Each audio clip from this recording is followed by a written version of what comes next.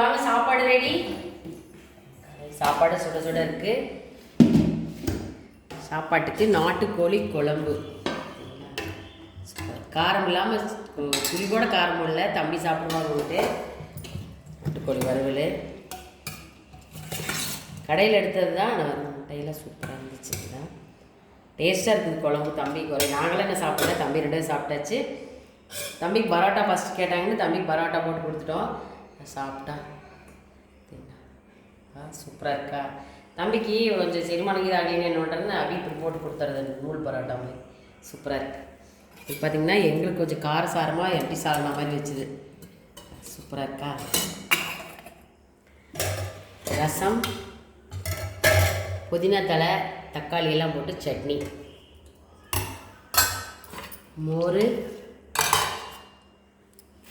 வாங்க சாப்பிட்லாம். பாய்.